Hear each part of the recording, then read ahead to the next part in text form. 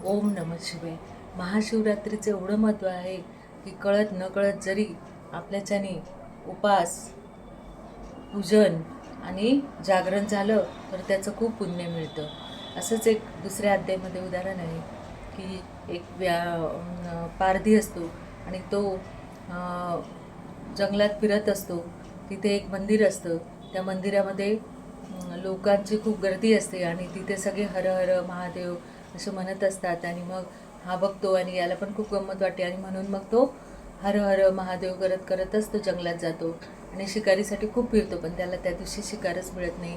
म्हणून मग तो दिवसभर फिरतो. त्याचा अनायसा उपवास घडतो आणि रात्री पण जागरण होतं.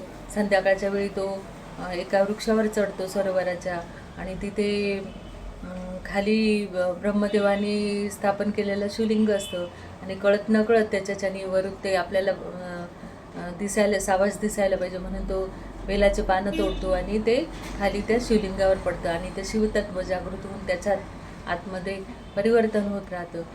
आणि तेवढ्यात तिथे एक हरिण येते आणि ते हरिण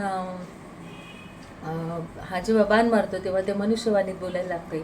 आणि मग याला खूप आश्चर्य वाटतं की अरे, हे एवढं हरिण असून हे एवढं छान कसं काय बोलते. म्हणून मग तो त्याचा इतिहास विचारतो. तो म्हणतो की ती म्हणते की मी बाळाला जन्म देऊन येते, तू मला मारू नको, तुला खूप पाप लागेल. आणि हे ऐकून त्याला खूप आश्चर्य वाटते आणि म्हणून तो तिला सोडून देतो. आणि मग दुसरी येते, तिसरी येते, नंतर मग तो हरिण पण येतो. आणि मग नंतर सगळा परिवार सकाळी येतो आणि त्यांना सांगतो की आम्हाला मारा, यांना नका मारू, मला मारा, मला मारा. म्हणजे सगळे मरणाला तयार होतात आणि याला खूप आश्चर्य वाटते की हा कोणालाच मारत नाही. असं हे शिवरात्रीचा महिमा.